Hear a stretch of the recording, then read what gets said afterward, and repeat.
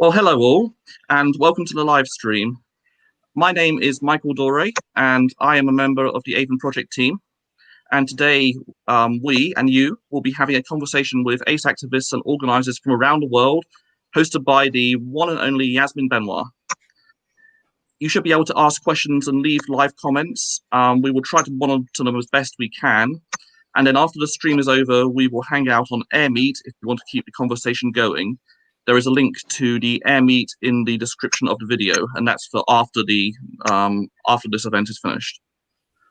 Anyway, I will let all these wonderful people introduce themselves in a bit. In addition, I'd like to thank Daniel, Slice of Ace, for helping out in the background, the tech side, and Calico for doing the graphics design and for advertising this episode, and the whole International Asexuality team for making this possible. But more on that in a second. I will say a few words about this event first. First, I do need to give an apology. I need to apologise that we do not have live captions going for this stream. We're very sorry about that. We will add manual captions to the stream as soon as we can after it's finished. Apologies again. So this live stream is brought to you by Avon UK, the UK visibility and activism arm of the Asexual Visibility and Education Network, Avon. However, this live stream is only one event as part of a major international campaign called International Asexuality Day, which I hope many of you will have heard about by now. International Asexuality Day is a collaboration between multiple different international organisations from around the world. So Avon is just one of these organisations, is one out of many who have made this event possible. So yes, this event has been a genuine international collaboration. The entire concept of International Asexuality Day, featuring multiple organisations and going back the best part of a year now. And we're always adding new organisations too. So if you're from a country that is not so far represented in International Asexuality Day, it would be great to have you on board for future events or even this year. I should note that we're actually a day early here, so we've decided to have this stream on Easter Monday, as many of us are off work. But International Asexuality Day itself is the 6th of April, so that's tomorrow. And indeed, most of the events are happening tomorrow. To find out more about International Asexuality Day and all the other events that are happening, the best I can advise is to look at the website, internationalasexualityday.org. Let's put that up. Thank you, Daniel. So it is also given in the description along with some other links. The website has an events tab that tells you what's going on, but that things are being added to this all the time. So please do keep on checking back. You can also find International Asexuality Day on social media. Yeah, can we get that one up, please? There we go. This link is also in the description, and it has a link. This link tree will give you sort of links to all of the different social media accounts that will keep you up to date with what's happening. And also, please do subscribe to the International Asexuality Day channel, the one you're watching on here. So anyway, I think that's enough from me. I will hop off camera to make more room for everybody else, so I'll be in the background if needed. And Yasmin, please take it away. Well, hi, everybody. Thank you for coming to our International Asexuality Day live stream. As you probably know, the meaning behind this day is about advocacy, celebration, education, and solidarity. And amongst that, we really want to amplify voices of underrepresented communities that are also part of the ace spectrum. So we definitely wanted to get quite a diverse panel, and I'm really glad that we were able to do that. We have Zain from Pakistan. We have Manita from Nepal. Oh, see, there's Zain. We have Lórien from Brazil. Martine. Belgium, Jan from I'm going to apologize for that. But let's get the actual panelists to introduce themselves and tell us a bit about themselves. So starting in the order that we have on the screen, Martine, could you start by telling everybody about who you are and what you do and where you're from? Yes, hello, I'm Martine and I'm from Belgium. And I am the founder of the asexual organization, who is called also Asexual. We are working, planning activities in Flanders and the French side Wallonia. And we will later on plan also some activities on the German region, mostly because of the situation going on. It's mostly online what we are doing, so online chats. So we have still a connection with our asexual members. And after the situation, we are going back to planning activities and we're live. So that's a little bit about myself. Thank you. Lórien? Hello, everybody. Good morning. My name is Lórien. I am from São Paulo, Brazil, and I represent Coletivo Abrace, the first Brazilian asexuality militant or activist group. I am asexual and gender fluid and non-monogamist. And I'm very happy to be here and represent Brazil and Americas.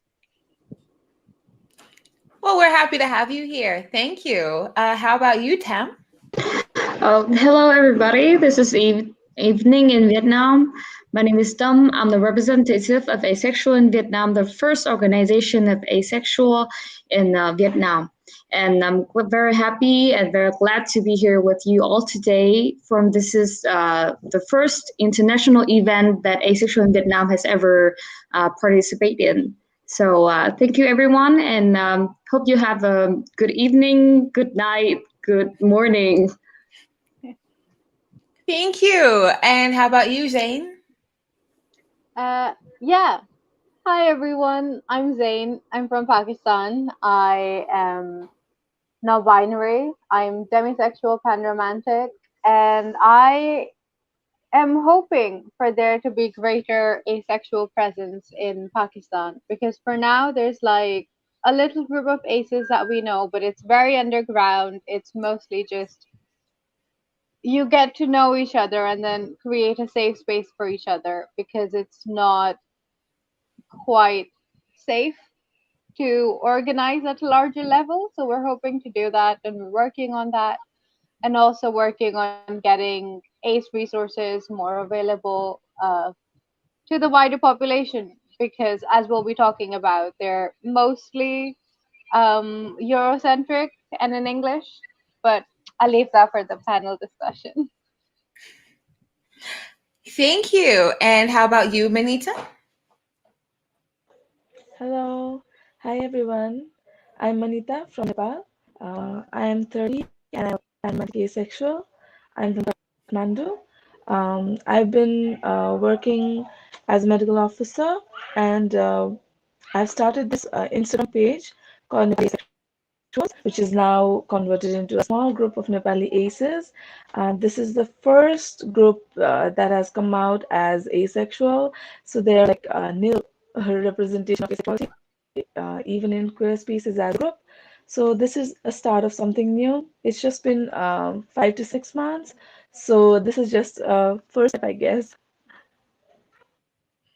That's awesome. Thank you. And finally, we have Jan. Hi, everyone.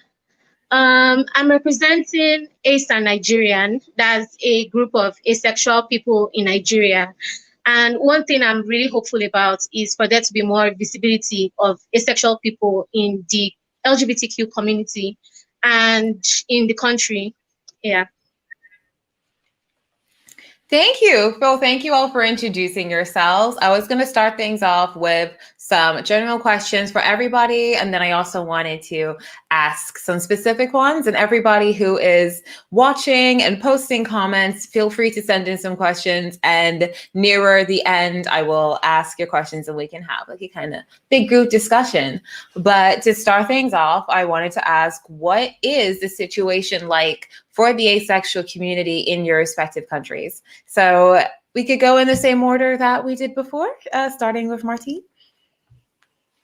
Okay, so there was a few years ago, not an organization in Belgium, only a Facebook group, but I had a need myself to meet people in real life. So yeah, 2 years ago, I started to organize activities. And then last year, we went official with our organization. And I wanted to be part of the LGBTQI plus community. So I introduced our organization to the umbrella organization, and they immediately accepted us, actually in the whole of Belgium. So we are very glad now that there are online groups and also activities in real life, and we are accepted up to now. Everything goes great. Also, where I live, the government and the city, they look into the policies so that we are also included. So it goes very well here. Wow, that sounds so positive. What about you, Lórien? Here in Brazil, we have two groups participating on International Asexuality Day. You understood. We are Coletivo Abrace, and we have our friends of Aroaceiros. And they are also doing a great job on asexual visibility. We usually, the huge asexual forum to discuss our things is on Facebook. It's called Only Asexuals, and it is a huge Facebook community. However, most of Brazilian asexuals or gray asexuals, people from all over the spectrum, are in the closet and doesn't like to talk about it because it's still seen as so weird in an over-sexualized culture that we have. Right. Thank you. And Tam, how are things in Vietnam for the ACE community? Well, the ACE community, actually, Asexual in Vietnam was founded about 8 years ago. So we have quite a long history. About 5 or 6 years recently, we are participate in organizing the LGBT events in our country. We participate in the consulting events or the conference of LGBTQ community. And so things are getting started in Vietnam. Since that, I have seen amassed numerous people joining our Facebook page, joining our Facebook group, and they are more open and they are more free to come out as asexual. So I think in Vietnam, with the current situation in Vietnam, that we have control COVID to a quite good level. We have offline events and we have met each other recently and very frequently. So I think in Vietnam, you could say that we have a positive sign. Well, that's great to hear. And it's great to know that, there are some countries out there that are doing a better job at handling the pandemic than the UK. How about you, Zane? Yeah, okay. So being queer is like really dangerous and can harm you. So a lot of us are in the closet. I think there's like these little underground groups of queer people who've just sort of come together and offer support to each other. I know they were started by some elder queers. Well, they're older than I am. A few years ago. And I remember attending a few meetings while I was visiting from university, and there didn't seem to be a lot of asexual people. And it was because there was still like discussions and conversations about asexuality, particularly gray asexuality and demisexuality, not really being queer, which was hurtful. So since then, I've just sort of started being very open, even though it's still quite dangerous to be out and open about these things, just so people can see it is normal, it is perfectly valid to be having these conversations and identifying this way. And I've had like quite a few people reach out to me when they've been questioning whether they're asexual, whether they're aromantic, and we have a few group chats, or there's DMs for people who don't feel comfortable coming out to other people. And it's very low key. Everyone's in the closet because we can't afford not to be.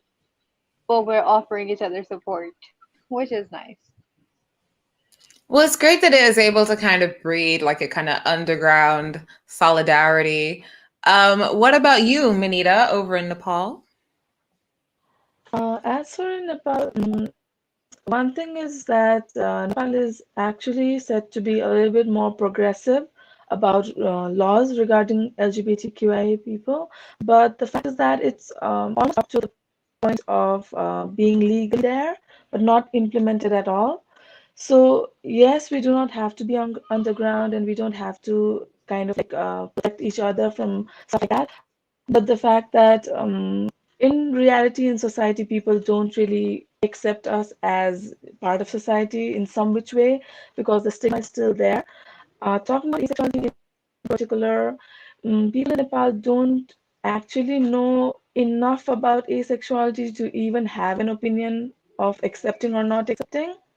In fact, even in cases, asexuality is so invisible that last week only I had this experience when I visited a group, and the definition of asexuality they had was so problematic because the word after they said asexual was celibacy. So even the queer spaces do not actually understand asexuality and incorporate it as much as it's needed. So that's sad, but at least we have at least 10, 12 people talking about it and like forming a group now. It wasn't there about a year ago. So I think this is progress, but baby steps. Oh, thank you. And finally, Jan in Nigeria. Okay, I feel like the asexual community in Nigeria is as visible as pink is red, in the sense that it's not really visible, but it's not really not visible. There are very harmful laws in Nigeria that prevent queer people from coming out, because there's this law called the SSMPA, which criminalizes queer gatherings. So it has made it extremely hard for people to come together to organize. But as a community, we've been able to have virtual hangouts, especially in conjunction with TIERS, that's the Initiative for Human Rights in Nigeria. So it has been going on well, but it could be better. Yeah, it's so interesting to hear like what the different situations are in different countries. Obviously, from a British perspective, everyone kind of looks to like the UK and the US as saying like, oh yeah, things are going really well for you guys in those countries. But listening, I feel like Belgium, like you've been able to kind of integrate quite well. And it seems like politically they're quite caring and inclusive of asexuality, which you can't actually say that much for the UK and parts of the US either. It's definitely not a case of as it did in Pakistan, where, or even Brazil or Nigeria, where it's kind of dangerous to be open about it. But I feel like for in the way that Tam was speaking about the situation in Vietnam, and you've worked with prides quite a lot, and there's actually, I believe, Asexuals in Vietnam has won an award as part of a pride award, and that has never actually happened in the US or in the UK that I can think of. So it's interesting that we might not hear so much about the accomplishments and achievements going on in places like Vietnam or Belgium, but obviously it seems like things are kind of like the situations vary more than you would think, and there seems to be some positive changes. But one of the other questions that I had was, in your respective countries, what was the first piece of ace activism that you saw? For me, it was seeing asexual people at a pride festival on a stool. And that's what like made me realize that there are people that kind of travel around raising awareness, and that this is something that's included as part of Pride and as part of the LGBTQ plus community. So what was your first like experience really?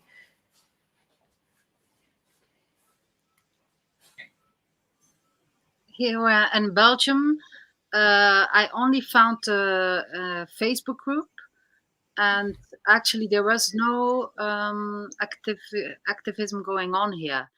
But what I saw, that was 2 years ago, in my city there is a little pride. It was the first pride, and I just started my group to do some activities, and I saw in the crowd that person that I had a meeting with. She had an asexual flag, so I recognized her immediately. That was like my first thing. Well, like, wow, she's there in my city with the flag. She's coming out proudly. So that's in my country the first time. But of course, we will, as soon as the prides are here in Belgium again, I will be present too. So I will be present of that activism. Well, that's great. I always believe in the saying, be the change you want to see. So it's great that you're able to kind of get the ball rolling in Belgium. What about you, Lórien? Well, the first asexual representation in Brazil we know is a professor of psychology, and a professor called Elizabeth, and she wrote a thesis called My Life as Amoeba, talking about the first asexual experiences she met. And it was very important to get a community united. My first experience personally was at a bisexual community at Facebook, where I asked for the first time, are there any asexual communities here out there that I don't know? And people very kindly pointed me to some communities on Facebook. That's great. Thank you. And what about you, Tam? As I have said before, so Asexual have been participate in Pride activity in Vietnam. So with the Pride Award, the appreciation in Vietnam, it was for a video that one of our member represented at Asexual, though he is anonymous at that time. But it had a certain impact on the general society, that people get to know about asexual more. But with me personally, I found the asexual definition on AVEN. Because at that time, I haven't known that in Vietnam we have a separate asexual community. So it's kind of like a destiny that I found AVEN, and I found Asexual and become a member of that. So yeah, that's my story. So I haven't been there at the start of asexual community in Vietnam, but I am happy that I am maybe at its prime time, that it's growing step on the bigger level. That's great. Thank you. It's funny how things come full circle. Now you're on a AVEN live stream. What about you, Zain? Yeah. So unfortunately, there hasn't been any ace activism, or at least any that's out and about in public, because we don't have queer pride, we don't have things like that. So there's not many opportunities. I think the first time I ever heard someone mention the term asexual was during a university lecture recently, and it was misdefined. Before that, I hadn't heard the term anywhere in society. I actually learned about asexuality from, believe it or not, Tumblr, and it kind of went from there. And then I discovered other organizations. I did my own research. But I've been working on ace visibility because I think it should be better received than other queer identities. Mostly because I think the conservatives wouldn't be as opposed to it as they are to like other more sexualized identities. I'm also working on translating some resources into Urdu so they're more widely available, because I think that might be part of the problem, because people might not necessarily know what they're doing. Right. But yeah, no big Thank you. activism. Well, again, be the change you want to see. I'm glad that you're managing to fill that void over in Pakistan. How about you, Manita? So in terms of ACE visibility or the first activism, I didn't actually see any of it before. So last time when there was this virtual Pride Parade this year due to COVID, that was the time I actually saw asexuality mentioned somewhere in our virtual space. Before that, it wasn't that I was like actively involved in queer spaces, so I could see it before. I just wasn't in those spaces. So maybe because of that, I don't see any ace activism like out and out going out in our society. And now it's gonna start because tomorrow we're gonna have the first asexual meet in Kathmandu. And tomorrow will be the first ACE virtual meetup as well. So I guess this is where it starts now.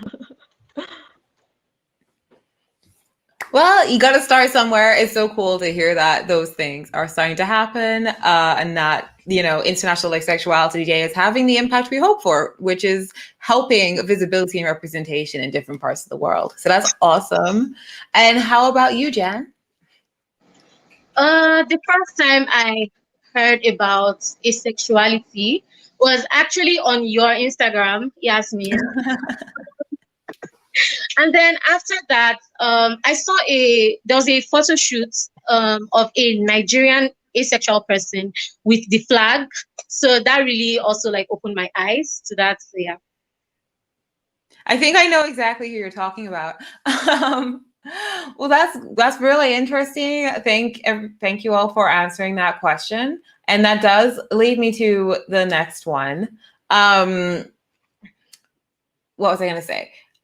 Do you think that the Eurocentric nature of ACE activism, in a sense that a lot of it tends to be in English, and that seemingly most of the people that you hear about the most, or at least online, probably biased because I'm seeing online from the perspective of someone in the UK, but it tends to be people within the UK and it tends to be people within the US. Do you think that that has had an impact on people being able to learn about asexuality or feel connected to the wider asexual community in your countries? I will start again, Yasmin. So yeah, it definitely had a big impact, especially also on me myself. Before, when I was younger, I didn't know anything about asexuality, and I thought I was the only asexual person in the world. But then, when I was 37, I Googled something, and I found the American Avon. So that's how I learned about asexuality, and it was a big relief to find out that there were more than me and that I was not alone. So I think, yeah, I'm very glad that it existed, because otherwise, yeah, I don't think that the community would be as big as it would be now. So yeah, I think we follow the US and the UK. So I would thank you. So you don't see it as being like a limitation that so much of it is kind of in the US or the UK? No, it gives us, I think, the chance to say, okay, it exists. And also there is already a big, big platform. And I think it opened my eyes. And first I thought, because when I found Avon, I thought, well, I keep quiet to myself and I hope something in Belgium happened. But after 6 years of waiting, I just said, well, I have to do it myself. They are doing things here in America and in the UK, and we are so behind. So I think it's actually like a big motivator for other countries where nothing is happening to follow you and to create a very big community. So I think it's a very good thing. So thank you again. Yeah. Oh, thank you. That's an interesting perspective. It's nice to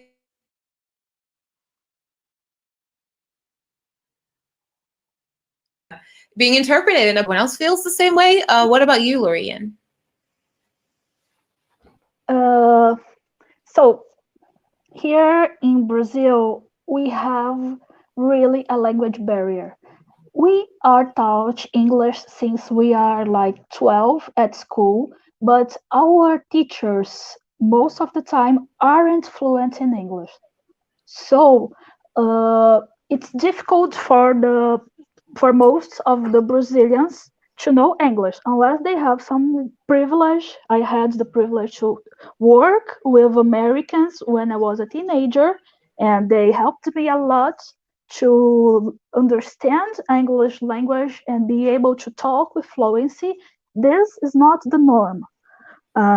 So the language barrier is really an issue here in Brazil because most of Brazilian people doesn't know a second language. We only speak Brazilian Portuguese. And this sometimes makes people think that activism is not for them, because they can't relate since it's hard to understand because they need to translate it on Google Translator. And so what we are trying to do is to offer trustworthy information in Portuguese to make all people from all ages and for all conditions, because Brazil is a very huge and uneven country. We try to provide information for all the people, but we are still restricted because we are restricting numbers, That's it. Yeah, that is, I mean, I guess in Europe, people always say that Europeans are pretty good at speaking English and that they tend to speak more than one language, whereas in the UK, people that talk English aren't taught to speak French that much or German or any other languages. We tend not to have a second language unless you're an immigrant. So it's interesting that in Portugal it's a similar situation where you can only speak Portuguese and therefore all of this English material is quite inaccessible. What about over there in Vietnam, Tam? In Vietnam, we have a long history. So the chances that getting information is not quite difficult as other countries, since Asexual in Vietnam has been interpreting the information from the UK and the US to the Vietnamese audience. But I have faced that. Like when we have a research about asexual in Vietnam recently, about last year. And when we search for the reference and other paper or research, the only source that we can find, which is available and which is qualified, was in US and UK in English mostly. So I do think that somehow there is a centered role or a vision about the Europe and American asexual, but I think that it has, like Martina has said, it has expanded and exposed to a larger opportunity for asexual to be realized as the US music or in movies or any kinds of arts have been the largest platform and most accessible around the world. So I think it's had pros and cons. Everything have its own sides, but as each nations add to the AVEN, add to the information about ACES from the US and UK their own color. So we are creating such a culture side from ourselves. How do I say it? It's like we bring our own colors to the asexual community. So I think that everything needs to be started at a base, and then a tree can grow, and then it have multiple branches and leaves. So that's why I think that central it will shift eventually. we will all be represented at the end, I think. Yeah, thank you. And how about you, Zane? Yeah, so language is a bit complicated because I'm assuming we're talking about language because I got cut off in the middle. Oh, yeah. Not Uh, just, I guess it was about language, but also, you know, the way that most of the activism that people tend to see tends to be British activists or American activists. And I guess that would probably make it, in theory, maybe a bit harder for people from different countries and different parts of the world to relate to the community in the same way if you're only really seeing people from like two different, mainly English speaking countries. But also, yeah, the language barrier as well. So I do agree it's like culturally not relevant. For instance, things like so socially, sex is a major taboo in Pakistan. We don't talk about it. We don't have sex education, things like that. So there isn't like a big culture of casual sex or talking about, you know, kinks and desires and pleasures or even masturbation openly. So a lot of people aren't having the conversations for them to talk about their sexuality or, you know, their lack of sexual attraction. So there is that. And so when you see discourses around people talking about how, hey, it's okay to not want to have sex, or it's okay to, you know, be however old and not feel sexual desire and things like that, you kind of struggle to relate to it from a perspective like in a society where that doesn't generally happen. There are of course relationships and there are of course people who do still have sex, but it has to be, again, you know, on the down low because everything is a bit taboo. But that applies to straight and queer relationships. As for language stuff, I think it's not as difficult because we were colonized, so a lot of people do speak English. It is a common language, it's a central language everyone is familiar with. But again, it's one of those things where I think only the middle to upper class people have access to like certain information or certain resources, so they learn, and the lower classes don't, or people in the rural areas, just because they're not as well versed in the language. So that's why we need translations, or we need to put things in a local context so people understand it better. Because there's a lot of debate around queer identities, like any queer identities, trans identities, and how there's something that manifested in the West and we're just trying to appropriate them, or it's like extended colonialism. And there's like a lot of rhetoric around that. So I think definitely having them in a local language, in a local context, is really, really important when you're starting to get people to understand and accept it. Yeah, that's interesting. I always say when people kind of ask me about my activism, I say there's so many conversations around sexuality in, you know, in the UK and in the US, like it's absolutely everywhere and everyone's dissecting it all the time. And I just want to diversify that conversation. But if there was no conversation happening at all related to sexuality, then it would be a completely different starting point in terms of getting asexuality into the conversation if there isn't a conversation in the first place. What about you, Manita?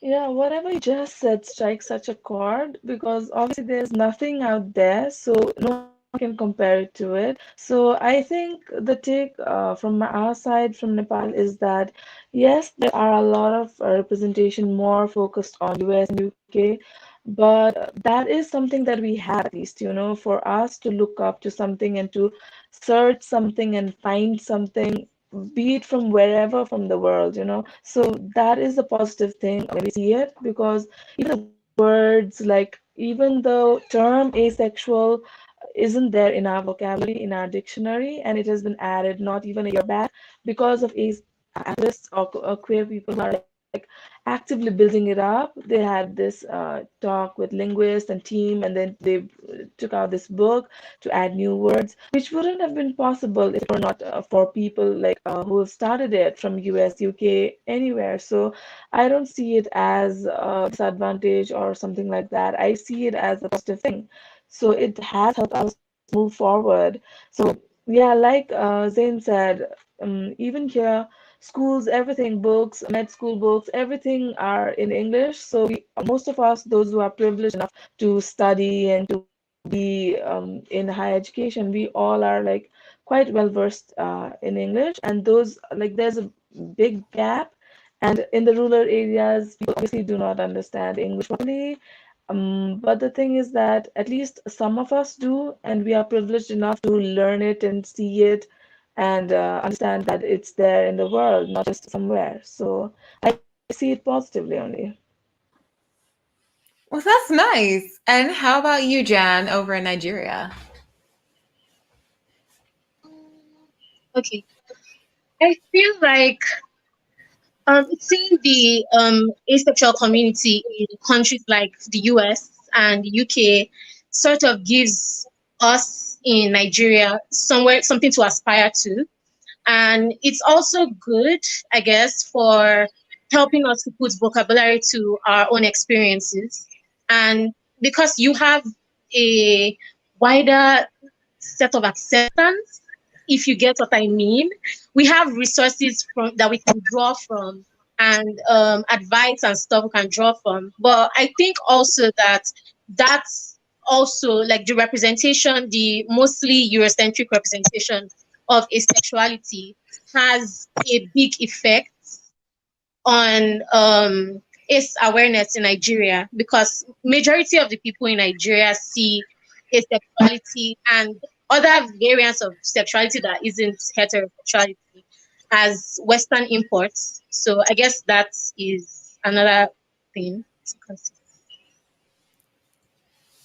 Yeah, that's interesting. It's lovely to hear, like, everybody kind of with the exception of the language barrier impacting things in places where people don't really speak English that much. It's nice to hear that, like, that the work going on in the US and the UK is kind of seen as being like getting the ball rolling and setting an example, as opposed to just like dominating and like taking other voices out. So it's nice to hear that there's like such a positive interpretation of it. I wanted to do some of the more individual questions. So since we're kind of going in screw order, I guess I wanted to ask Martine a bit about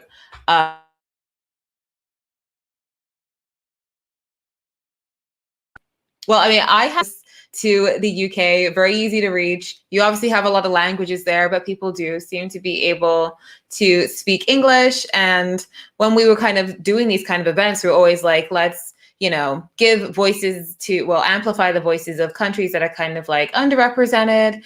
Do you feel like being part of Europe, being not that far from the UK, probably falling under the Western umbrella, do you feel like you kind of have more privilege in terms of being able to get the message out there in Belgium? Because obviously your organization is quite young, but it seems like you've been able to achieve quite a lot. Are you feeling like, you know, Belgium is that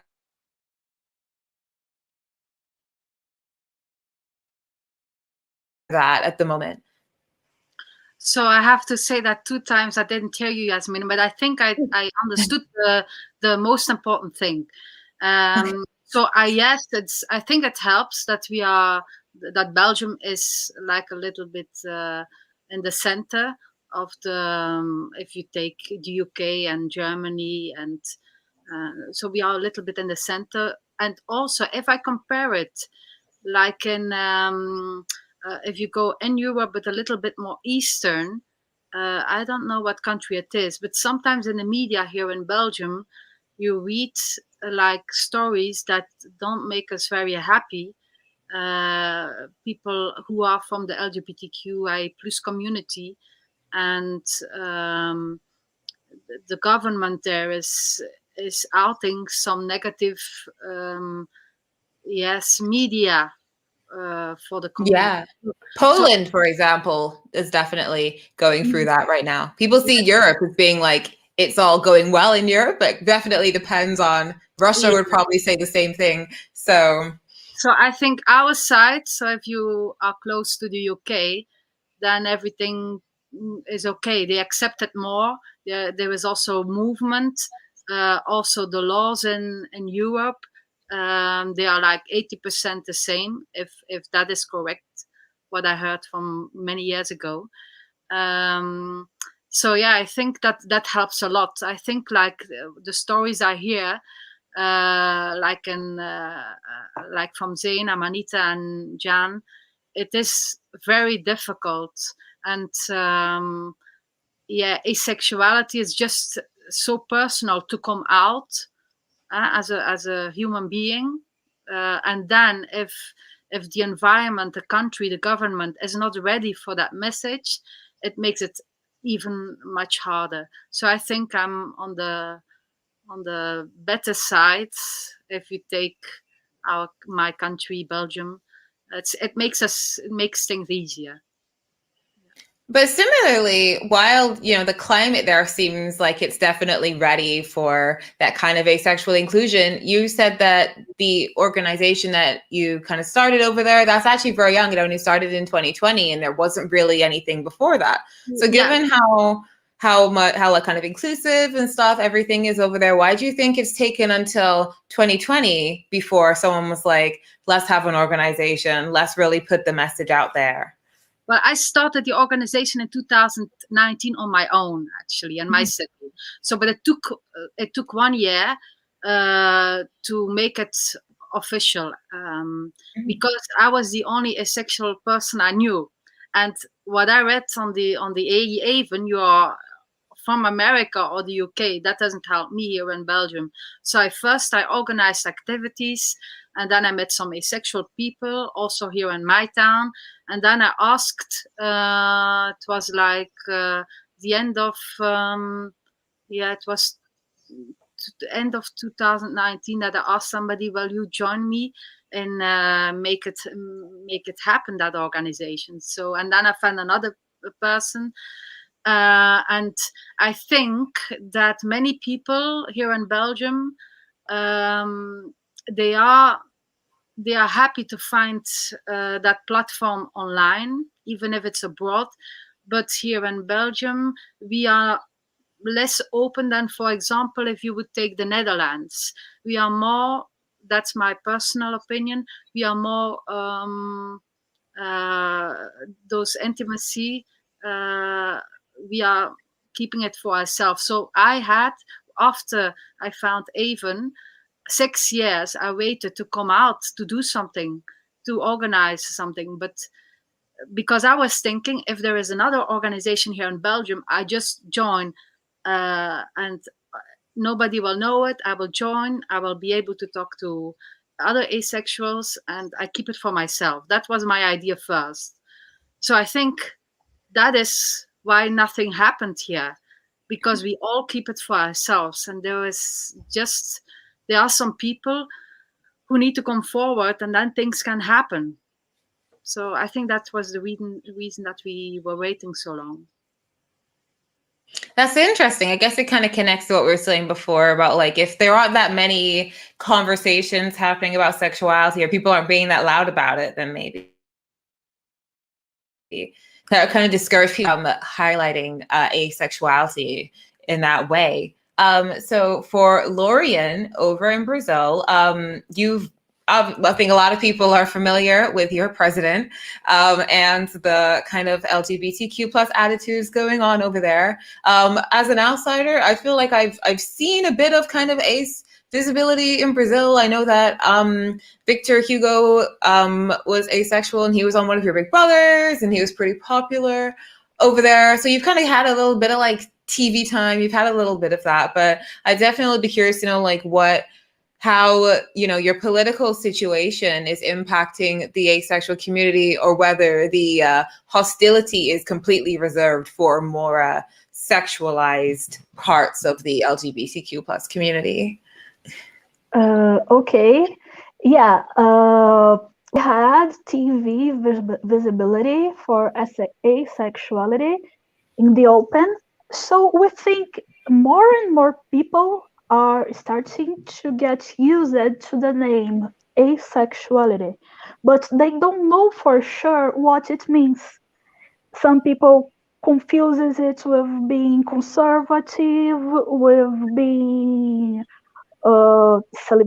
celibacy and things like that. Other people, even if they are asexuals, don't recognize themselves as queer. They are very conservative too, and they think that asexuality is pure, and this is a kind of a problem, because we have to educate not only people that never heard about asexuality, but people that are coming to our community, are coming to debates with us, but they are themselves homophobic or transphobic or even asephobic. Because if you talk to some people, oh, I am an asexual, but sometimes I do have sexual intercourse, they are like, oh no, you are not asexual, give me your asexual card back, because you can't be there, you can't go to queer spaces if you are asexual, because queer spaces are so sexualized here in Brazil. You can't go to, kink communities, because kink communities are people who only think about sex. We can't go to that places. This is sometimes it's very hard to fight, to educate our own people. And well, our president has no comment. He is a far right person who started as a meme at the internet, but as we don't have lots of politics education, he ends up at there. And they have a machine of spreading fake news about everything they hate. We name it the hate cabinet. And they start spreading fake news about everything they think can tell people that they are not doing well, against Black people, against Native people, against LGBTQ people, against all of us. And so we think asexuality as an intersectional thing here in Brazil, because we need to protect not only ourselves, but all those people that are suffering with the far right ascension. It's so sad, because we have, for example, we used to have a very good sexual education politic, for example, in 1990s, the beginning of year 2000. Then they corrupted it, saying that sexual education is making all the kids at school gay and trans.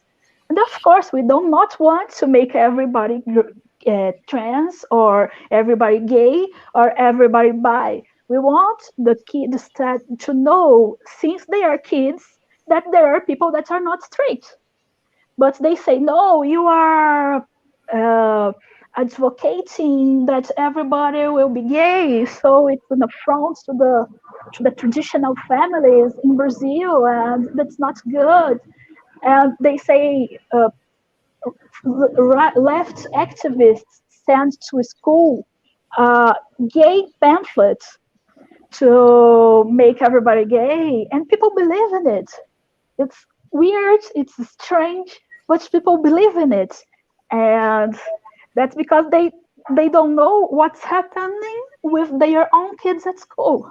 It's very, very dangerous, and we are in a very difficult time for all the people of the diversity here in Brazil because of that. And the pandemics is making it get worse, because we have lots of negationists. Our president is making a mess with vaccine plan, and vaccine wasn't meant to be politic. It would be a human right? But here in Brazil, even vaccine is politics, and is a field of controversies, a field of conservative growth, here in our countries. I'm sorry if I was too long, but we have a disturbing situation here. Yes, no, that wasn't too long. That was very interesting. It's interesting that there is a climate of asexual people in Brazil that don't actually see themselves as being part of the LGBTQ plus community. And at the same time, the LGBTQ plus community is being persecuted so much by your president. So it sounds like a very mixed bag. I'm wondering whether the asexual people that don't see themselves as being part of it, do you think it kind of comes from a place of if we're not seen as being part of that group, then we won't get persecuted too? Do you think like that comes into it? Yeah, this happens, but it also happened that they see the LGBTQ people as pervert, as people who are over-sexualized and that talk only about sex, and they do and that are very liberal, and they can harm us. And in fact, we live in a country where 1 in 4 women, 1 in 4 women have already suffered sexual assault of some kind. So we have to fight, for example, to people be comfortable, but at the same time safe, because all this and the information about sexual and sex and sexual education are so confused because it is manipulated by the far right, and we need to, people say like, oh no, I am asexual, I'm not queer, I'm not like those people, because we are a very homophobic culture. We all grown up seeing television with homophobic jokes, very naturalized, so they won't be them. They won't be the respectable people that can live in society and not to be mocked. We're afraid that we will be mocked, transformed in memes, and so this is very present in Brazilian country because we also have lots of bullying issues at school. Wow, that's really interesting. I had not heard that perspective of Brazil before. It's interesting how there seems to be like an overlap between like conservatism within the asexual community, whereas over here it feels like asexual people are pretty like liberal and kind of happy to be included within like LGBTQ plus things. What is it? Which kind of leads me to a question that I had for Tam about Vietnam. Now, I don't know a lot about Vietnamese culture. You would assume just based on like where it is in the world that it would be more conservative, but it seems like there has been, you said that you work as an organizer at, I'm going to butcher this name, by the way, Hanoi? Hanoi. Hanoi Pride. And it seems like, there's a lot of, that there is like a positive emphasis on LGBTQ plus things over there, and ace inclusion is part of that. Would you say that like, is the climate there quite good for this kind of conversation? It's really hard to say, because even though I have said that maybe this is a climate of prime time for asexual in Vietnam, we have such a similarity with Brazil, like Lórien said. We in the position that is mixed because we are an Eastern country. So as you say, we are very, very conservative. And when then we're stuck between two positions, that the older generation is really conservative, but the young generation is really open. So it's really hard to say, because as I am as a kind of a new adult, because I'm just like 20 years old, I see both perspectives. With the older people, that they are engaged, they are married. Some has been like corrective rape by their family, and if they are in married, they are married, then maybe their husband family will force them to take medication and go to the doctor. They think that they have some psychological disease that they need to be cured. That about the middle-aged person, but when they put in younger person, they will say, "Oh, you are too shy. You are not open. You are not. You do not love me, and you're not free enough. You're." Because in Vietnam, the representation of LGBT community have been expanded real much, and even with Lórien said, we have ace phobia in the LGBT community. Trang ơi lấy giúp em với. I'm sorry for a minute. I have some business over here. But how do I put it? Ace phobia, and also a few years ago, we have a similarity with Lórien that we have all of our LGBT site and related taken down by the group of hackers. All the Facebook group, we all taken down, and including the asexual community. So homophobia, transphobia, LGBTQ phobia in general, still presented very strongly in Vietnam recently. Wow, well, that's interesting. It's based on, you know, the original hearing about how things are being inclusive, like with your pride and stuff. But then I feel like a lot of countries right now are going through a similar thing of some parts of it are getting more liberal, but then at the same time, it means that there is more backlash and older generations aren't so into it. I feel like to probably a lesser extreme, the UK is kind of going through that, and the US as well. I mean, they have Biden now, but they had Trump just before. So yeah. I think that is I think that's a kind of weird pattern that a lot of places in the world are going through at the moment. And then I wanted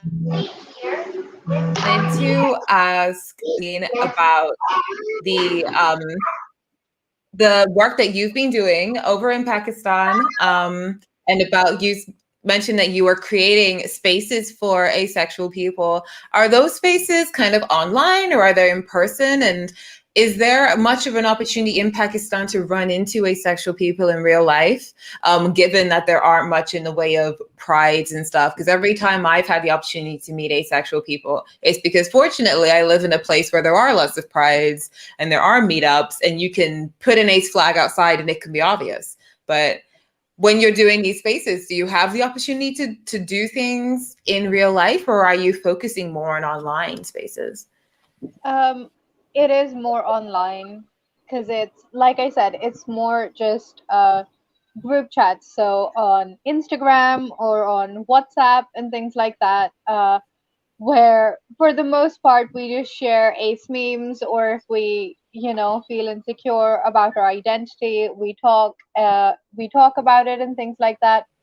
But like I said, there's a lot of people who don't necessarily feel comfortable coming out. So I just have multiple message chains with a lot of people on different social media platforms of them just coming to me and talking to me, not just about asexuality, but also about aromanticism, to the point where I have like specific resource packets for aromanticism despite not being aromantic, because I think it's important when I'm providing a kind of safe space for people, or a kind of reference for people to come to, that I include all aspects of the ace spectrum as I can, not just asexuality, because I think that's really important.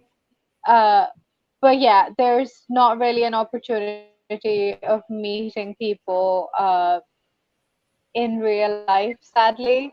All of the ace people I know have been people who seen me on social media and reached out, or people I know through other queer friends who would just message me and like, hey, so I met this person and apparently they're asexual. Do you want to talk to them? And I'd be like, of course, yeah, I want to talk to them. I want more asexual friends. So it is mostly online. Well, I mean, in these times of the pandemic, that's probably a good idea right now, focusing on things on online spaces. And hopefully as things progress, maybe if the situation improves, you might be able to meet in real life, maybe at some point. Manita, I was also wondering about the organization that you started up in Nepal, and what made you want to start an actual ACE organization with Nepali Asexuals as opposed to just, I don't know, just starting a group or starting an online space? Like, what are your goals with it? So actually, to be honest, it has been just about a year that I've known that I'm asexual. So it's been quite a journey. So I spent about 4 or 5 months just wondering and just getting along with it. But after that, I joined this group, ACDC, on Instagram, and I started looking up online ACEs all over the world.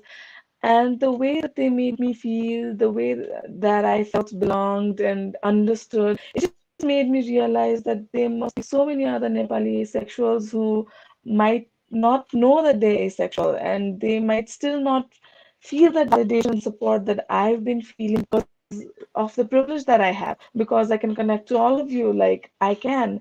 And maybe they can't. And it made me feel so sad. And I wait and search for other places and people who could do it in Nepal. But sadly, I just couldn't see anyone starting up anything. And just like Martine said, like, he was like, I have to do it because no one else is doing it. Yeah, like, we deserve this validation, we deserve this community. And the cultural aspects of it, yeah, all of the aces all over the world have this, special thing about being so accepting of people. I don't know if that's the I don't know if there are other aces who aren't accepting, but I just feel like all of the aces are so accepting and so open-minded, probably because of the things that we've experienced all our lives. So it feels like we just needed that here. So I just had to do it. And it's not like, by the way, Ani means and, so I just slipped. And I just didn't know what to do, so I just started randomly on Instagram. I made this page, and then I was like, for 2 months straight on, I was just posting about the definition and what it's like to be asexual and all. I was wondering, people who are liking this post, I don't even know if they understand it, if they care, if they're reading it or not, if they're Nepali or not. And it was such a journey. But last ACE week in October, I posted this video as well. I took part in this symposium organized by Bangladesh Asexuals, and it kind of stimulated everything, the organizations and accounts, social media platforms in Nepal, of course, society and all, shared my page and posts, and so many other asexuals reached out to me because of it. And that is what drives me. That is what actually made me do it. And I'm like so happy that this has happened. Because, like Martin said, yeah, so many aces are there all over, but we all have been keeping it up, within ourselves and just going along alone and just thinking that maybe, yeah, maybe we'll not be meeting any other ace in our region. Maybe yeah, just me. But no, it's not just us, it's so many like us. So, yeah, I think that's the reason. That's how it is. That's how I started it.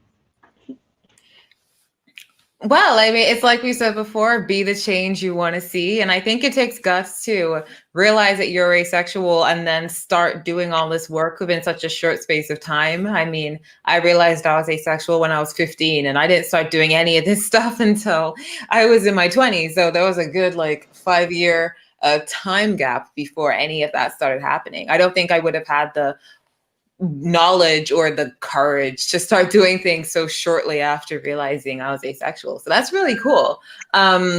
And similarly, the reasons why I started doing the work that I'm doing is because I did not, even though I'm in the UK and there's a lot of activism going on here, I didn't see any Black people in any of those spaces or any kind of Black asexual representation. And that's also one of the reasons why I really wanted to find someone from Africa to be part of the panel. And that's why, Jan, you heard so last minute, because it was very hard to find and secure somebody for this. So thank you very much for being the person to do this.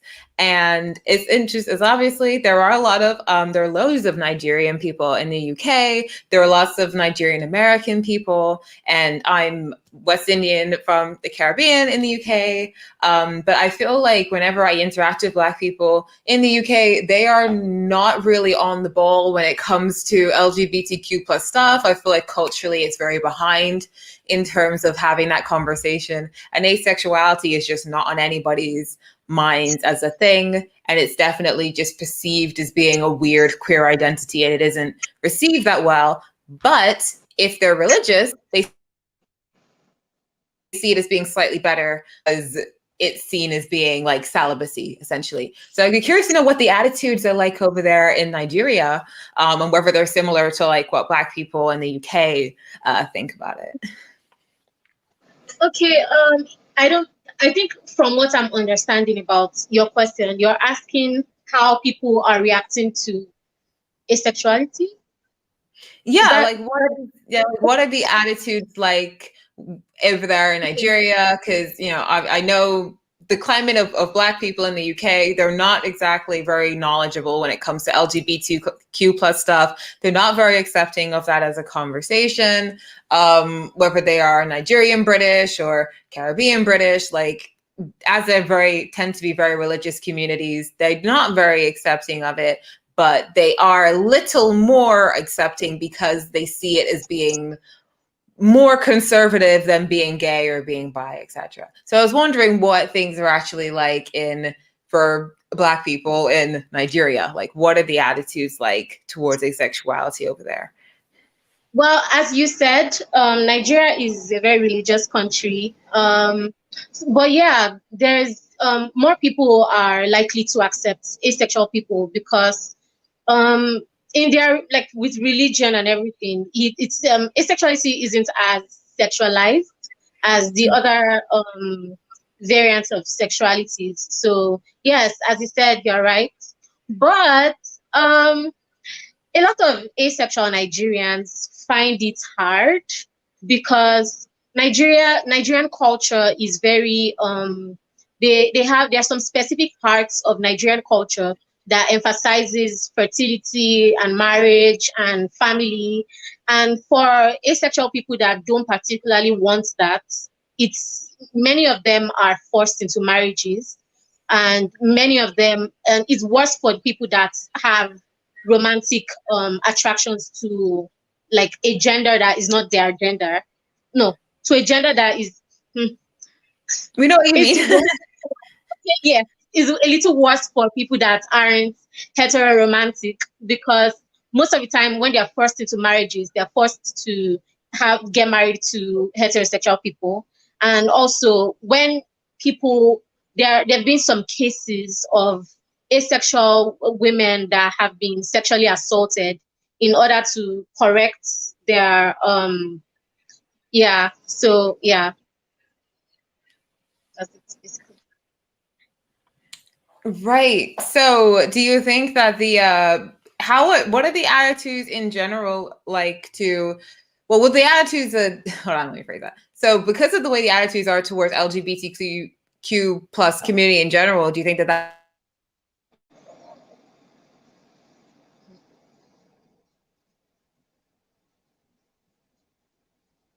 direct impact on the oh, sorry, it just shut off for me for a second. So you do think that the kind of overall attitudes towards LGBTQ plus people over there, it is having an impact on the asexual community as well in a similar way?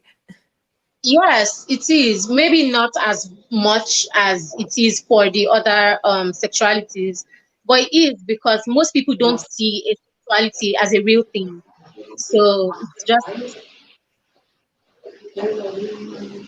And do you have the opportunity to kind of like meet in person? Is that something that you can do in Nigeria, or is that something that you have to kind of stick to online spaces?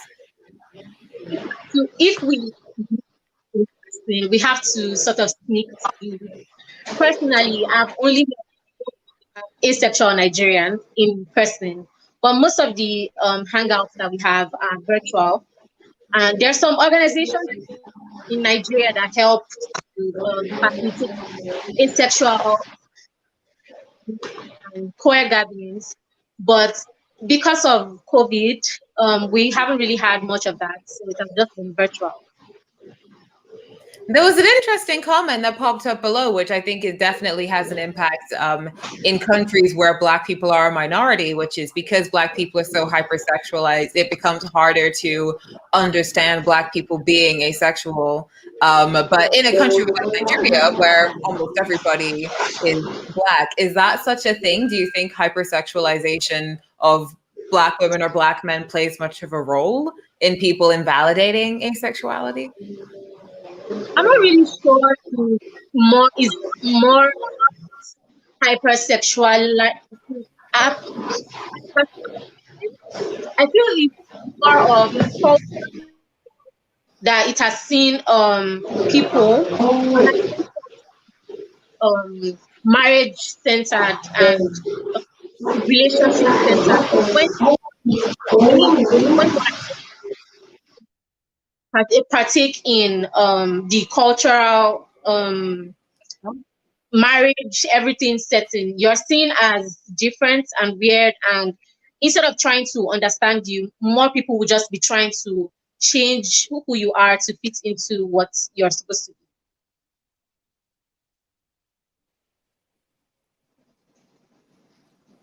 Yeah, sorry. I don't know. Hopefully you guys heard all of that. Mine was skipping in and out. I had a hard time following it, but hopefully if the audience got to have an answer to the question, hopefully you don't have to repeat the answer. But speaking of the audience, it would be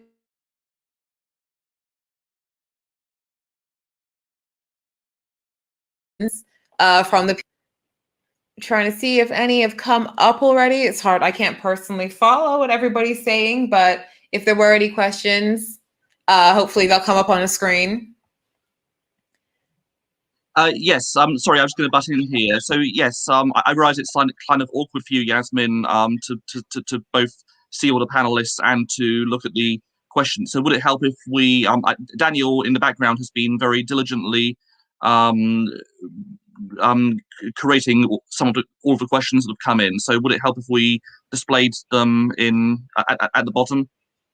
Then well, yeah, I guess if you were to pick out a favorite question, you could just put it on the bottom of the screen. I can see them, but I'd have to scroll through all of them to see, but you'd probably be Okay, excellent. We will we will put up questions and yeah, leave it to you to direct it to particular people if you think it's or to everybody as is appropriate.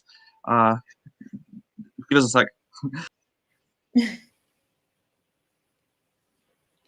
What would you say is unique about the asexual community in your country, and how do you celebrate Pride? Okay, that's a cute question. Okay, let's go in order.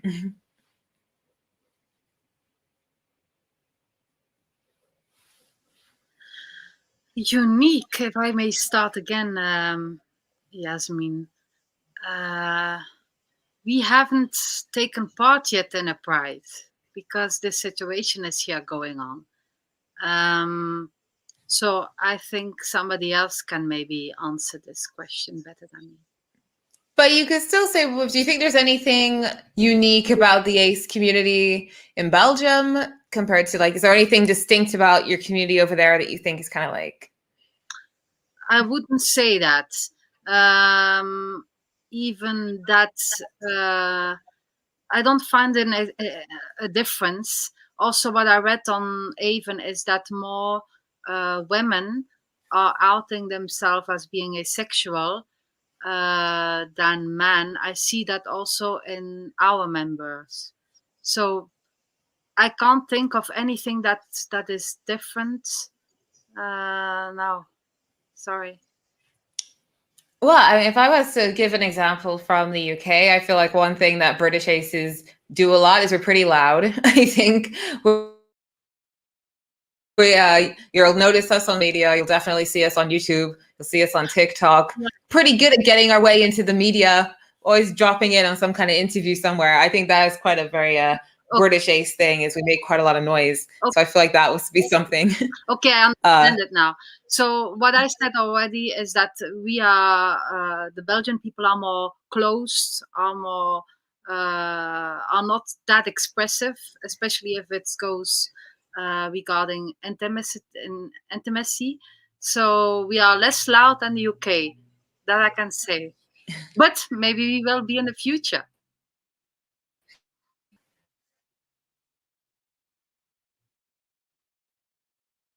Is quite unique about them, aside from the conservative part. If you ask me something, Yasmin, I didn't hear it. Oh, sorry. I thought you had answered the question. I was asking Lórien, yes. but what do you think is quite unique about ACEs in Brazil, aside from, you know, the conservative part? Oh, I'm sorry, I wasn't hearing you either. Here in Brazil, we have a gay and lesbian huge movement. However, if we think about the minor, all the other letters of the LGBTQIA community are thinking as lesser. You know, we still think LGBT movements as gay movements here in Brazil, and the particularity of the ace culture, the ace movement. I'm sorry, my cat. Is that I love the inclusion of the cat.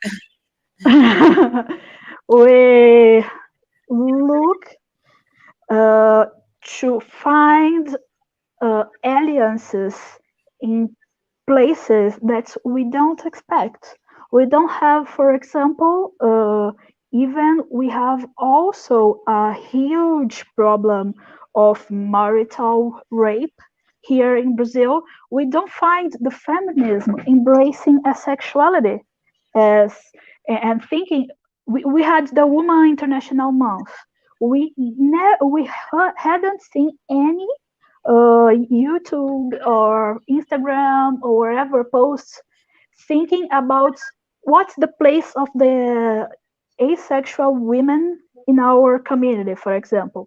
But on the other side, always that we need some help and some affirmation, we find the bi community, bi, pan, polysexual community very open to us, the non-binary community very open to us, the kink community somehow open to us.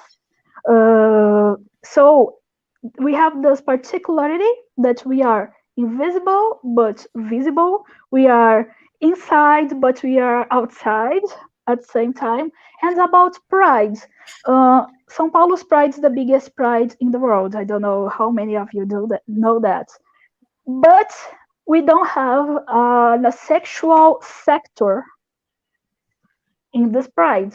They have like Christian, gay sector. They have kink and leather sector.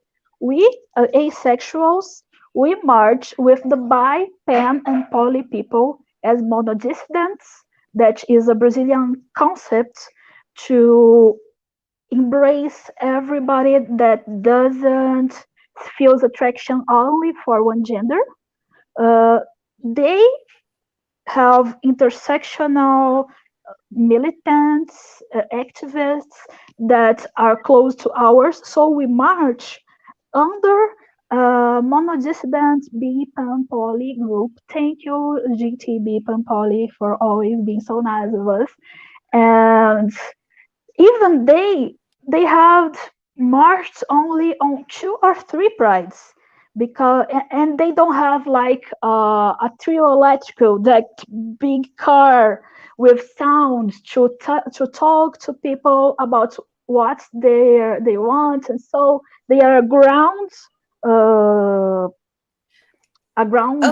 group of people inside that big pride, and they need to fight a lot to have a bisexual and monodissident group representation. Oh, sorry.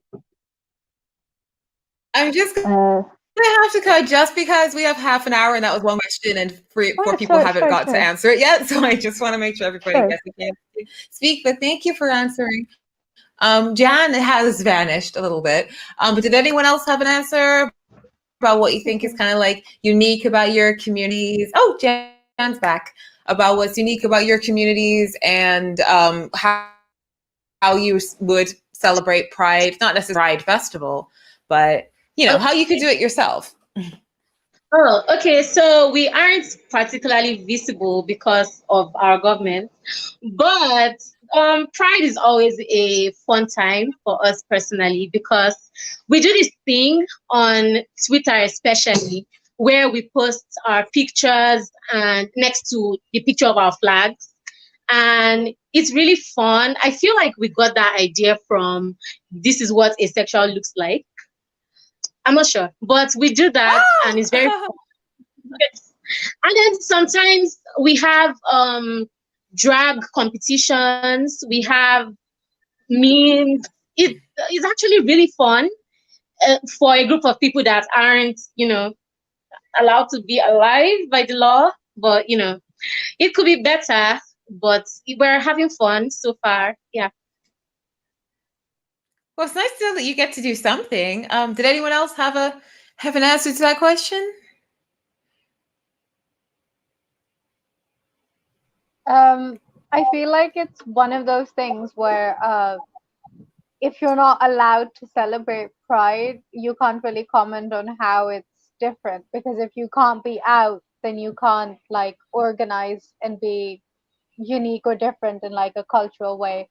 So if anything, this conversation is making me a bit sad because all I want is to have like Pride and be able to march down the street with my flag and just be like, yeah, I'm here. This is who I am. You should accept me.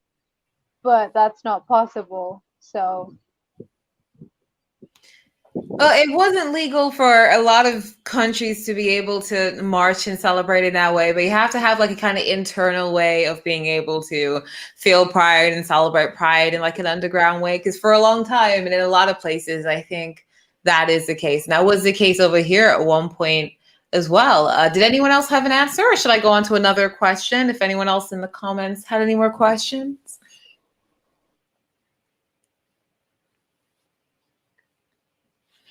Oh, question for the aspects that have grown up in a culture or upbringing that isn't particularly sex positive. How do you go about telling others your ace and what it means? So anyone can answer. Anyone who wants to answer can answer. Could I go first? Because I have a lot I could say. Sure. Yeah, so like I mentioned, like culturally, sex is considered very taboo. It's not something that we talk about. It's not something that's encouraged.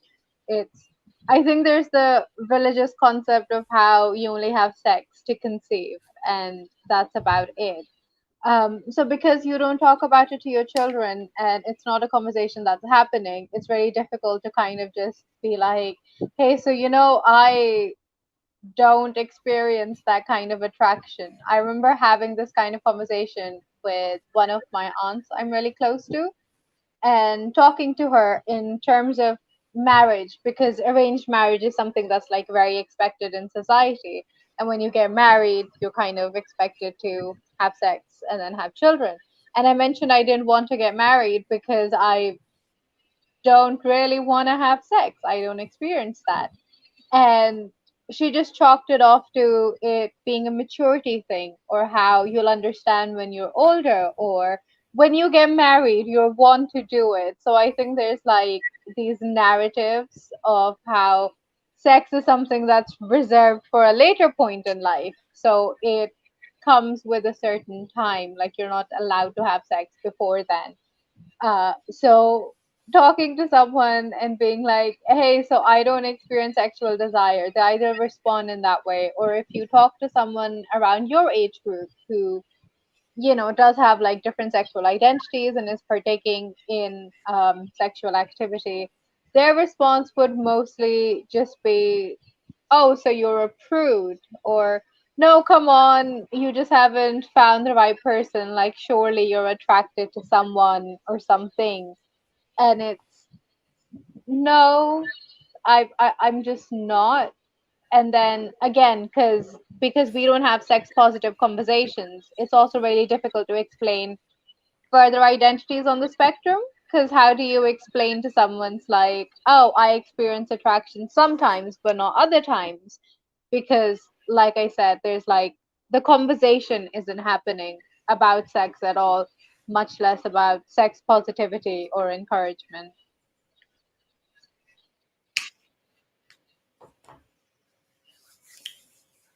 Did anyone else have anything to chip in there, or should we take another question? Thank you for answering, by the way. Yeah, I would quickly like to No? add something only. Okay. Was there any more questions?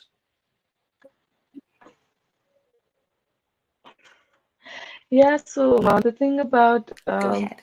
positivity in our society is kind of tricky because everyone thinks and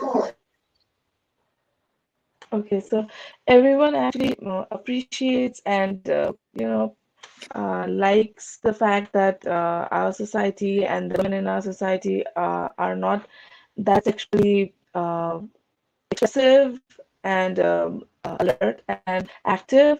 So that's the thing. So if so when like someone comes out and says that, yeah, I'm asexual, I don't have sexual attraction, and then the basic response would either be that, yeah, you haven't met the right person yet, or it would be like, yeah, that's how all women are.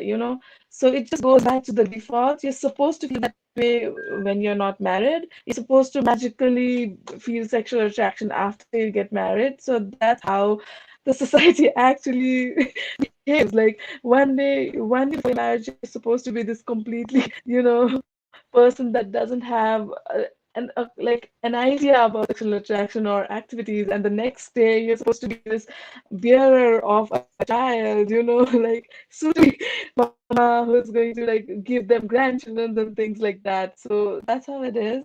So it's really tricky when you say you're asexual, then people kind of celebrate it because they say, yeah, that's a virtue. You're supposed to be like that. That's a good quality in a woman. But the very next moment when it's about marriage, and you're magically supposed to have a superpower, you're supposed to feel that attraction all of a sudden.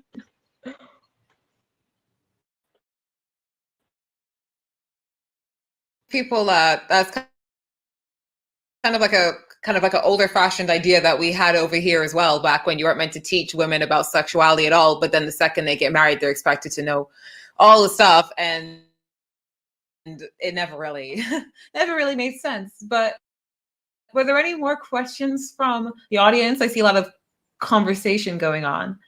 Did anybody have any questions that we can put on the screen?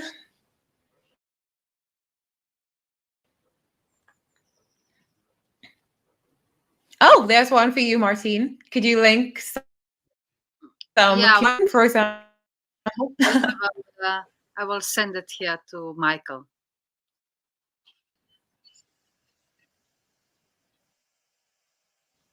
I think the audience, they want to hear some names, but what about, how does your culture intersect with your asexuality? How important / unimportant are sexual relationships and activity within your culture? That's interesting.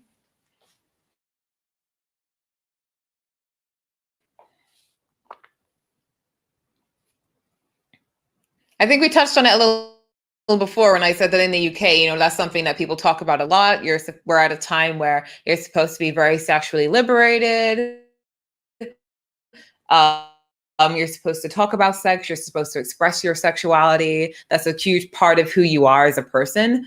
But it's not necessarily the same way in other countries. So I guess that's what the question is asking, about how your culture intersects with your, if anyone.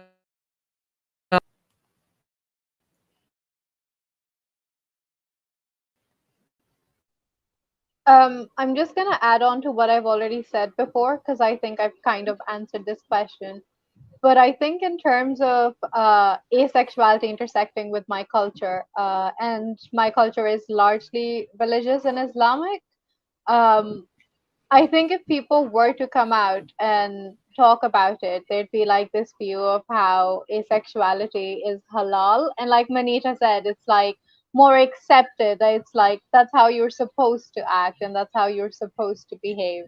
And yeah, I think for like most countries that are majority religious or conservative, that might be just kind of like a trend.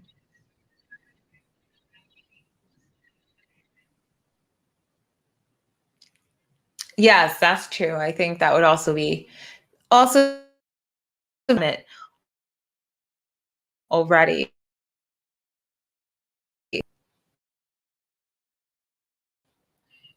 No. Okay, were there any more questions from the audience? Oh, okay. How would you respond to someone asking why ACE should be included in discussions about the future, where they talk about family, preparing for kids, sex education, etc. in classes? Okay, so how would you respond to someone asking why asexuality should be included in discussions about the future or about families and having kids and sex education? So anyone want to tackle that one? Okay, so this question just reminded me of sex education from Netflix. And there was that one place where I can't remember what character that was. I just remember there was this moment where there was this sentence that was basically saying you're not broken and all of that when somebody asked if there was something wrong with her. And I feel like that is a reason why these things should be included in discussions in classes, because I feel it's very important for asexual children to grow up knowing that there's nothing wrong with them and they are not broken or created in a weird way just because they're on the ace spectrum. So I feel like the way I would respond to that is by saying that representation is important, and seeing that you are not, nothing is wrong with you, helps you in a long-term way to accept yourself and to start your own journey. So yeah. May I add on to that? Very. Okay. I have the same experience as Jen. I saw the sex education episode, and I have another wondering about not just like express to or to interpret to your child, to the children, that you are not broken, you are not having a disease or some kind of psychology disease. It's in a way that it also help knowing asexual, being present earlier, help them to find a way to confront with a sexual partner. Because I have a lot of troubles and a lot of wondering when I have to consult and talk to other asexual in our community, is that even though you're proud as an asexual, you know that you're an asexual and you are free to come out as that. It is much more difficult when in an emotional relationship and the other partner is sexual and his or her or that person have their needs. So how you can compromise with that, how you can, how the two of you can go along and go to having a family, being married, having kids without conflicting in a sexual situation. So knowing that you're an ace and knowing that ace exists, also prepared for the sexual children in the future, that they have the responsibility to respect their partner, and also they know that they have to prepare to compromise the chances that one of them are asexual, know how to cope with that and know how to live with themselves, will make a family relationship much longer based on trust and honesty, not just sexual and emotional side part, you know, just it not just for us, but also for the other people outside of the asexual community, I think. Yeah, I just like to add to that because I think like having conversations around around asexuality isn't just important for our representation. It can be really important for other people, because I feel like with sex education, when you're told, oh, this is natural, this is what you want, there's like a lot of emphasis on sexual acts. So there's a lot of people who feel almost pressured to take part in these things. And I think like having conversations about how it's okay not to want sex or not to experience sexual desire or attraction, or conversations around how everyone has different libidos and things like that, can be really important, like not just for the asexual community, but also for the community at large. And in terms of like having a family and things like that, again, I think it's really important, the same way as talking about alternative ways of having children is important when you're talking about family planning, because sex is not the only way to have a family. You can have a surrogate, you can adopt. There's like a lot of different ways. Sex is not necessary for there to be a relationship, for there to be a future. And I think that's why it's important that you teach your kids, on top of, again, reminding people that they're not broken, or reminding people that there is an identity for them. This is where they belong, and it's okay for them to experience what they're experiencing. Because unfortunately, all of the ACEs I've spoken to have had this view of, before they discovered what asexuality was, they thought they were broken. They thought there was something wrong with them. Because growing up, a lot of the conversation is about, oh, who do you have a crush on, or who do you want to kiss or be intimate with, and things like that. And you can't relate to it. So when you have sexual education and they tell you, hey, if you feel like this, that's perfectly valid. There's a term for it. You're allowed to do that. I think it's really important.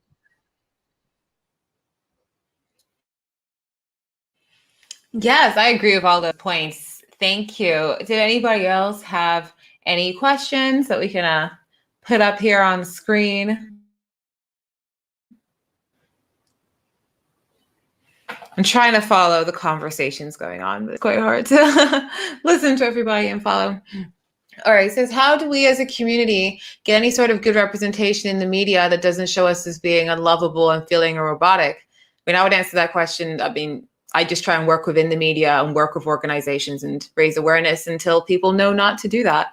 That's my strategy anyway, but then that's because I work within the media in the UK. But yeah, I'd be curious to know. I know that, at least I think, Martine, you mentioned before that you had done some media interviews. I'd be curious to know like what your experiences in the media are, or anyone else's experiences in the panel.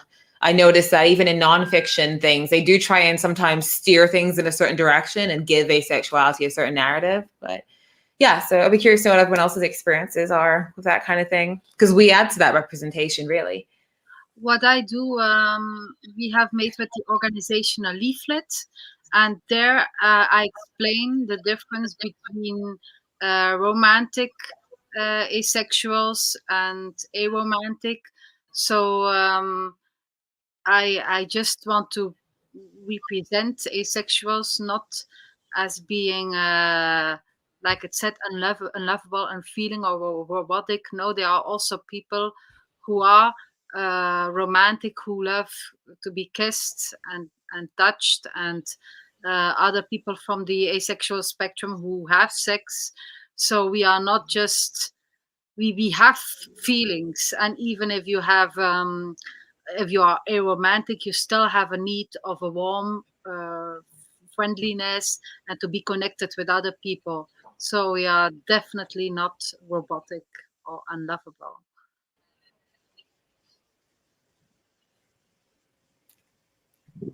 Did anybody else have any media experiences or ways that you think we could try and combat that narrative? I would like to add a comment on that. I kind of really resent the idea that people view us as people who are unfeeling or people who can't love, because in a society where you can have like one night stands without any love, why can't you have like a loving relationship without sex?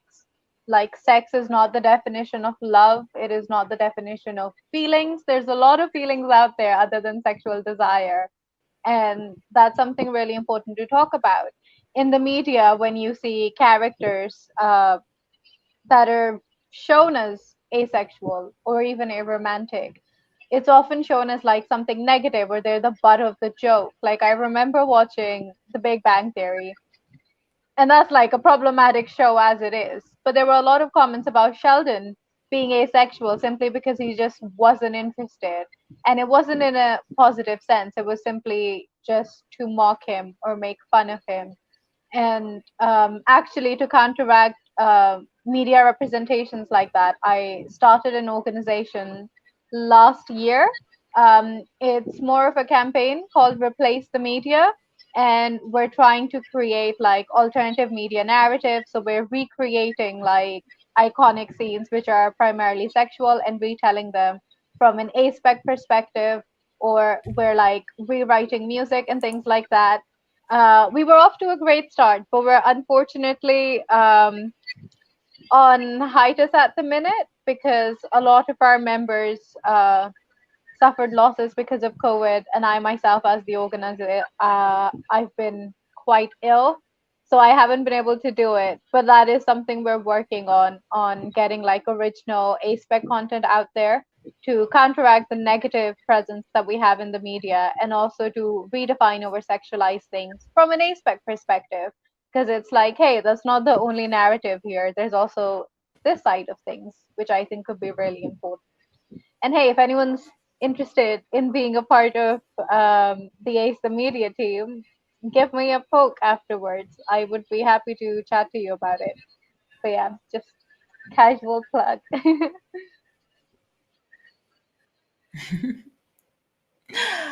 Well, unless anyone else had any more questions, we're happy to take some more from the audience. We do only have 15 minutes left of this live stream. Afterwards, I'd like to remind you that there is going to be an informal hangout over on AirMeet for anyone that wants to go over there and hang out. I have a media into this, so I would be late, but there will be lots of other people there to hang out. So make sure you go over to AirMeet. But in the meantime, take some more questions from you. So it says there's a lot of stories about negative reactions to coming out, but was there a time you all told someone and the reaction was surprisingly positive? Anybody else has? I feel like I've told my coming out stories 100 times. Has anyone else got any coming out stories? Otherwise, I'd be happy to add some of mine in there.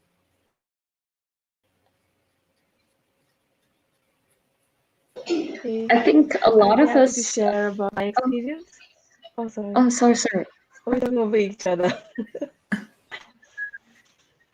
Okay, just it up and then you can take over. So no, Manita, you of, just first. Stories.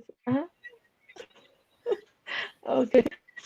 So there's a lot of fear and uncertainty and nervousness about coming out even to closest people, even if it's about asexuality, when asexuality isn't something taken negatively in the society you're raised in. But obviously, it is a big deal for every one of us who's grown up the way we have grown up, not knowing that it's okay to be who and how we are. So I was really, really, really scared when I came up to my mother, and I obviously did expect like the worst case scenario, everything up to the point that I've I had duty the day before, and in the hospital I was like continuously a whole night when I was on the duty. I was just thinking about all the things that could go wrong. The next day when I came home and I told my father about all of this, I was not able to understand, and I was like in shock when he responded positively. He just didn't have even 1 second to react negatively. He just listened to me so quietly and calmly, and then asked me 2 questions in general, just to make sure that he just wanted to understand if that's how I felt, and if there is anything that he needs to do to make me feel comfortable about it. That's all he asked, and that was something that was so unexpected for me. So we sometimes, don't give enough credit to older generations, our parents, our close people. We always deflect, we always assume that they're not going to get us. We always assume that they're not going to understand us, like accept us, respect us. But sometimes we need to take that leap of faith. I'm not saying just throw off your caution and just go out and tell everyone that you are asexual, even if you don't know if you'll be safe. But gauging the reactions and see how it is. Yes, there are positive responses to coming out. I think that's the takeaway from this. Yeah, it's great to hear some positive ones. Tam, did you have one too? Mine, I think, is a more general coming out reaction, because I think that a lot of people, when they are coming out as asexual, their response was not negative, was not positive, was what? That really exists? And not in a negative way, but it just like doesn't realize that asexual or not having sexual attraction really does exist. So I think the good part is about sexual. I think the LGBTQ community or queer community in general is that we usually first come out with our close friend, our close circle. So if we are trusted in that person, then the response we'll get from them is quite positive, I would say. They will take a minute to like processing everything, but then they will realize and then that you are just you, that no matter what sexual orientation you are, do you have sexual attraction or not, you are just you. You are the one that they have already loved and appreciated. So I think a lot of coming out story I have heard, including mine, involved in people get to know another sexual orientation called asexual, and they get to know that asexual does belong to queer community, and they are more open to me, more open to other sexual orientation. And I think that positive or negative reaction, however, they will turn into a wider representation.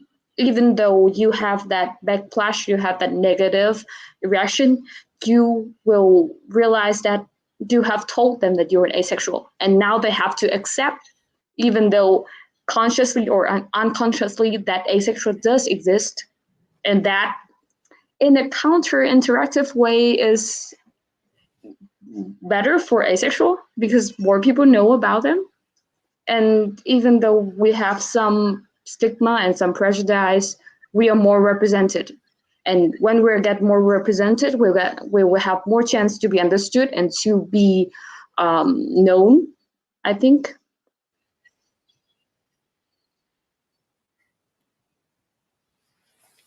Yes, yes, I do. I agree. Were there any other, more optimistic interactions that we've had when coming out? People always ask me like, oh, what's the worst thing that happened? It's like, there's actually been a lot of good things as well. I don't want to just contribute to this narrative that everybody hates us and everything is hopeless. Like, there's a lot of positive interactions out there. There's a lot of good things happening. So don't be like too discouraged by, things that you hear all the time. There's a lot of people that are understanding, or even if they don't understand it, they just don't really care enough to be mad at it. It's a lot of people that are like that too.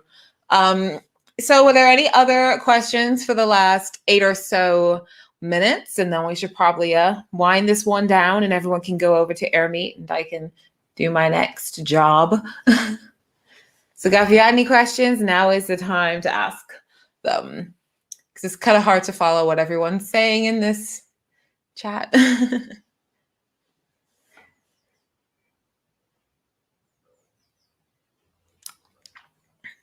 Oh, well, here we go. How do you feel about LGBTQIA plus spaces being highly sexualized in general? Okay, who wants to take that one?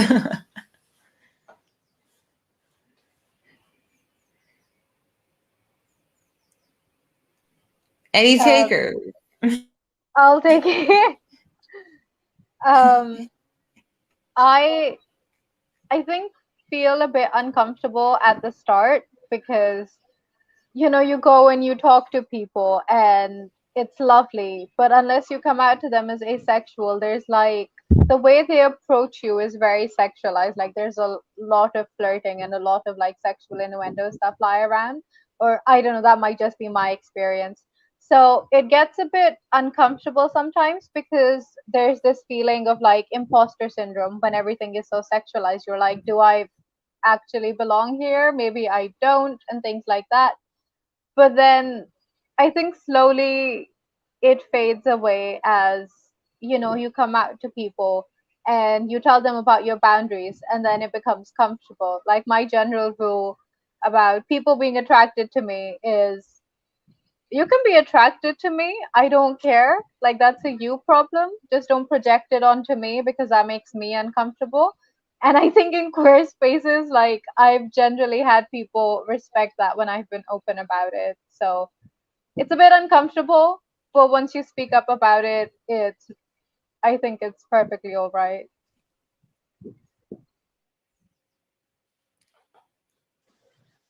Maybe I can add something.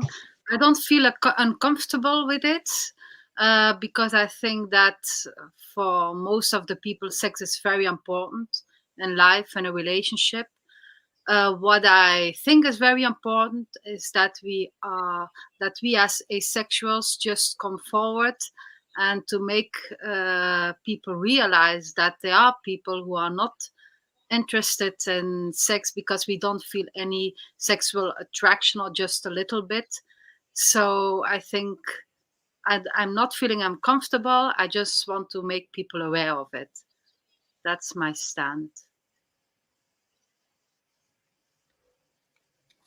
In my term, I think that the LGBT community being sexualized, I think which part of it is the question. And according to my experience, I think that the gay community, the gay asexual community, have received a lot of being sexualized, because, you know, when you are on social media, gay, drag, they are being sexualized really a lot. And then you approach to even my friends as gay, they have like, how do I say, a high demand, a high sex drive compared to other. So they demanded a lot from the partner. So in general, I think that the gay asexual community received that pressure a lot while being sexualized compared to other community in the LGBTQ community in general. But yeah, as you say, every other spectrum can receive that backlash, and it doesn't exclude anyone. So yeah, I think Martine have a really nice think about it. Like, even though we are sexualized, because no matter what we do, we will always get some backlash. There will always mean things talk to us, no matter what we do. But we just like keep going forward, and we will do what we do, and we will present ourselves more and more, and it's the final meaning of this. Then it's a final mission that we have to represent, and we have to make our voice raised in order to be recognized and understood, and just to simply love ourselves in general. Yeah, I think I'm trying to think back to the specific phrasing of the question, but I think one thing that I mentioned was kind of like the hypersexualization of specific spaces and like how you kind of handle that. But I know for me, if I was to be in an LGBTQ plus space and feel like it was very sexualized, it's kind of like going to a heavy metal festival and saying it's too loud. It's like that's kind of part of the package. Your sexuality is being repressed for hundreds and hundreds of years, and now they're expressing it. And that's what I want to see when I go to spaces. I want to see people being able to embrace their sexuality and who they are. And I think one thing I see in LGBTQ plus fashion, so I personally don't feel very uncomfortable with it, because it's kind of like what I signed up for. I think as long as you're kind of comfortable in your own sexuality and you're able to kind of let people know what that is and be a positive experience for me anyway. But we're running low on time, so I don't know whether we could squeeze in another question, but we have like pretty much 1 minute left. So Michael, did you want to let everyone know what's going on over in our meet? Yeah, I just thought I'd wrap up, and I guess we should probably leave it at there. I'm really sorry to everybody who asked questions and we didn't get to them in time. Yeah, there were so many awesome questions. I just like to thank all of our wonderful panelists, and thank you to Yasmin for hosting. Daniel Slicer Base for the tech help behind the scenes. And yes, again, everybody's engagement with this has been really great. And again, sorry we didn't get to everybody or even scratch the surface. I think that just shows how we need to keep this conversation going, and we need to have more events like this in future. So yeah, as a reminder, this event is only the start. International Asexuality Day itself is actually tomorrow, 6th of April. And so I encourage you to check out the website. Just so you can put that up again. It's in the description, but I lost it. Oh, there we go. Yeah, yeah, the website to see other things that are happening and all the information about all the different wonderful organisations from around the world that have been involved in putting together International Asexuality Day. And you can on the website there's a tab at the top called Events, where you can see like other things which are happening, mostly tomorrow, but not entirely, because I'm going to shout out that there's actually another live stream happening on Thursday. So it's a late. This one's early. The other one is late. There's another international live stream happening on Thursday. So the best way of getting in touch, I mean, you can see the details on the website, but if you would like to take part, then the best email to there we go. Thank you, Daniel. So yeah, if you want to email this organization, I'm going to say it wrong, but it's Lettera A, the Italian organization who, it's not only them, it's several different organizations who are putting together a live stream. But if you want to get involved, then I encourage you to email them. And yeah, so the only thing left to say, I think, again, is to thank everybody. And we want to keep the conversation going. So we're going to put up the AirMeet link again. There we go. Oh, yeah, there we go. Now I realize that's a long link, but it should be in the description, and I hope that connecting will be self-explanatory. What you should do is you should be able to just click on the link in the description. You might have to give a name or something. Just choose whatever you want to be called. It doesn't have to be real name. And what happens then is there are several tables, and you click at a table, and and then you can connect to other people on the table. So I'm going to keep the live stream going just for a bit, just in case people are having difficulty connecting. And so I'll be looking at the comments and doing my best to connect people. If anybody is actually in, and then could you just to make sure it's working, if you could reply saying, oh, here we go, saying that you've connected or you're having difficulty connecting, then that'll be really helpful, and we will try and help people connect if there's a problem. So yeah, again, thank you all, and I think that's it for now, apart from the AirMeet chat.